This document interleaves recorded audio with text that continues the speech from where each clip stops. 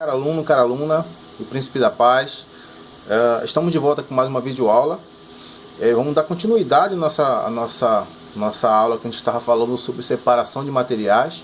Só que nessa aula de hoje nós vamos ver ele na prática. Nós vimos separações de materiais, separações de substâncias.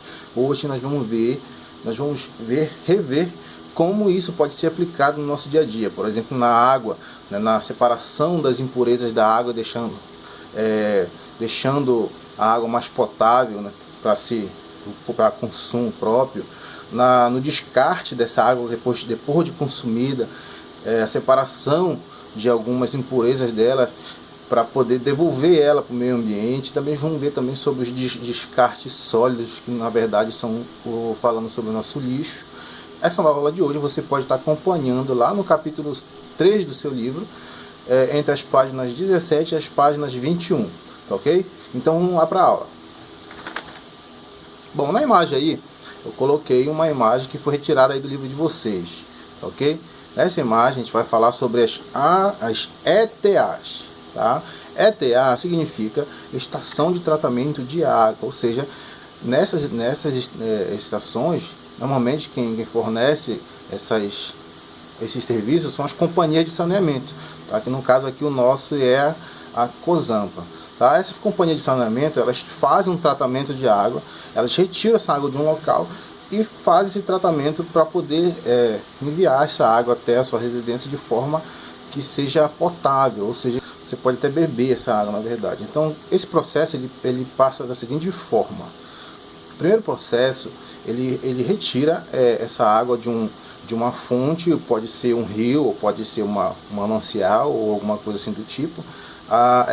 Essa água é retirada através de encanação, ela é levada a uma série de tratamentos, que o primeiro, no caso, seria a parte onde vai ser um tanque, onde vai ser tranquilizada aquela água, para fazer com que qualquer tipo de sujeira existente lá acabe se juntando no fundo desse tanque. Também temos nesse mesmo tanque um controle de gradeados para impedir que qualquer tipo de lixo, garrafa, plástico ultrapasse. Então ali é tudo retido ali, os sólidos em tamanho grande, né? Passando para a próxima etapa, nós temos aí a etapa de número 3, que nós vamos ver aí uma dosagem de cloro que é despejado sobre essa água, eliminando assim alguns micro-organismos nessa primeira etapa, tá ok? Próxima etapa seria nos tanques de floculação. Esses tanques floculadores, a intenção dele é agitar a água para fazer com que qualquer tipo de impureza, as pequenas partículas se juntem, formando uma única partícula bem maior.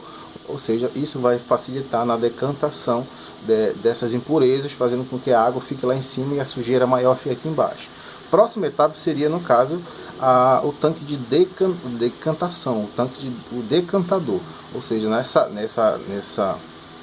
etapa aí, as impurezas maiores vão se encontrar no fundo do tanque, e a água mais limpa vai se encontrar na parte de cima, passando assim para a próxima etapa. No caso, na próxima etapa, a gente vai ter aí a retirada do lodo, daquela sujeira que se encontra lá no fundo do tanque, tá?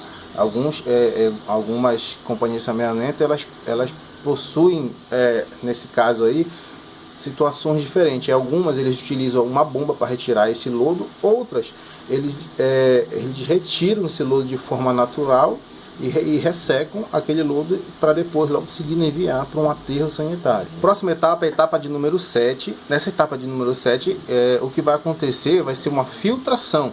Essa água vai passar por uma série de filtros, uma série de camadas de diversos materiais, como por exemplo, temos cascalhos, aí pedregulho, carvão, areia, uma série desses materiais, que na verdade o propósito seria filtrar qualquer tipo de impureza existente ainda na água.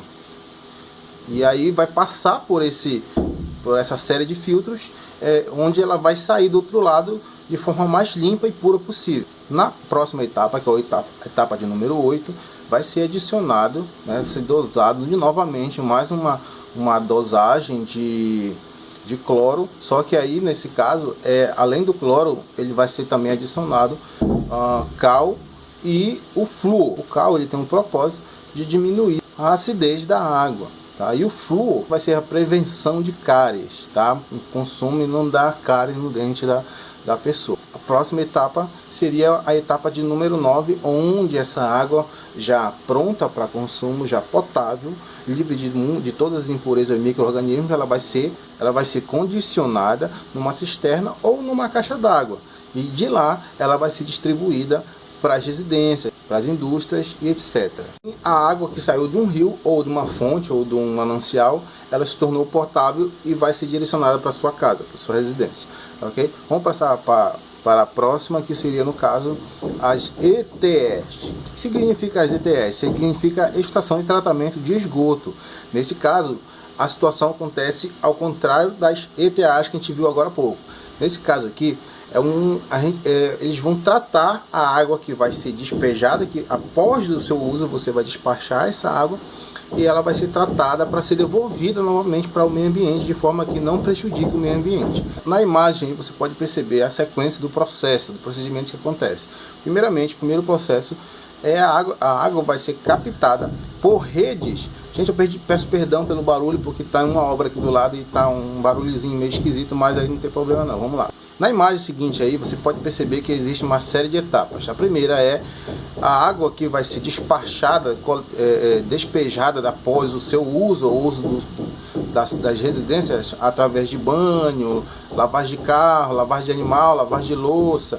Ela vai ser despejada e vai ser coletada por redes de coleta, que no caso são as redes de esgoto. Elas vão ser direcionadas até a estação. Nessa estação ela vai passar por uma filtração, onde ele vai coletar e vai filtrar todos os resíduos sólidos grandes, como água, como garrafas, plásticos, pedaços de madeira ou coisa assim do tipo. Vão ser retidas nesse primeiro tanque aí, na etapa de número 2.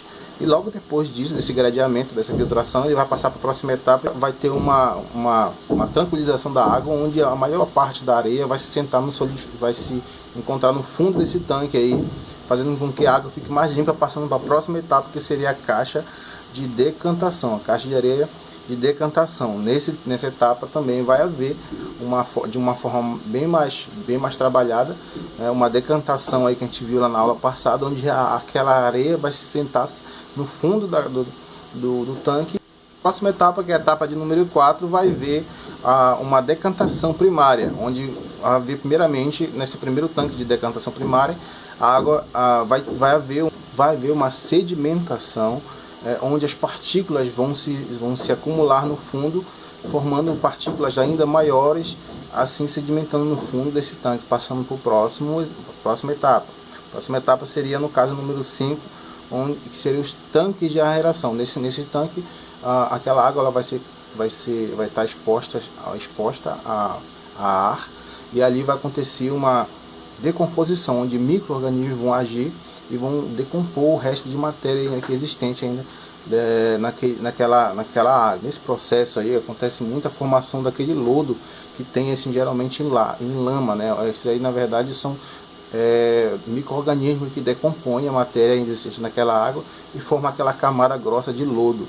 Após essa etapa, né, o lodo é retirado, a água passa para um próximo, que seria, no caso, a próxima etapa seria outra etapa também de decantação secundária. Nessa daí, as impurezas da água já foram retiradas, praticamente 90% dela, e aí ela vai ser preparada para ser lançada, no caso, nos rios, né? A última etapa, que é a etapa de número 7. Após essa etapa, a água foi purificada e foi devolvida ao meio ambiente, de forma que não vai prejudicar o meio ambiente. Agora a gente vai ver aí sobre a separação dos sólidos, ou seja, a gente vai falar agora sobre os lixos, tá? Sobre o nosso lixo sólido que a gente produz. Nesse caso do lixo aí, ele é um tema muito abrangente, a gente não vai entrar em profundo dele, porque a intenção dessa aula de hoje é a separação desses materiais. Nesse caso aí foram inventadas algumas ideias, algumas formas de você poder separar esse lixo, né, onde foram inventadas algumas lixeiras ecologicamente corretas, onde irá ser separado vidro para um lado, plástico para o outro, comida para um lado, e assim vai se separando. Nesse caso nós temos aí a lixeira marronzinha, vai ser coletado aí restos de alimentos, são de materiais orgânicos, comida, restos de jardinagem, de folhagem, esse tipo de coisa que se decompõe, restos de animais. Na próxima lixeira, que é a lixeira verde, nós vamos ter coleta de vidros, tá? Copo, garrafa de vidro, todo o material que é feito de vidro vai ser coletado nessa daí. Na próxima seria, no caso, a azulzinha aí, que é a coletora de papéis. Qualquer tipo de material que é feito de papel pode ser coletado nela. A próxima seria a vermelhinha, que seria a coletora de plástico aí, tá? Todo tipo de material que é feito de plástico ia ser coletado nessa daí. A outra seria, no caso, a amarelinha, que é a coletora de metais. Qualquer material que é feito de metal, coletado por isso. A intenção dessa separação é fazer com que facilite depois na reciclagem desses materiais, entendeu? Se tudo funcionasse dessa forma, seria muito mais fácil, o meio ambiente não seria tão prejudicado como é hoje. Então essas aqui são as formas de separar alguns materiais. Beleza, gente? A nossa aula, ela finaliza aqui. A gente falou sobre a separação de materiais aplicado no nosso dia a dia. Falamos da água, do descarte da água e no descarte dos nossos sólidos.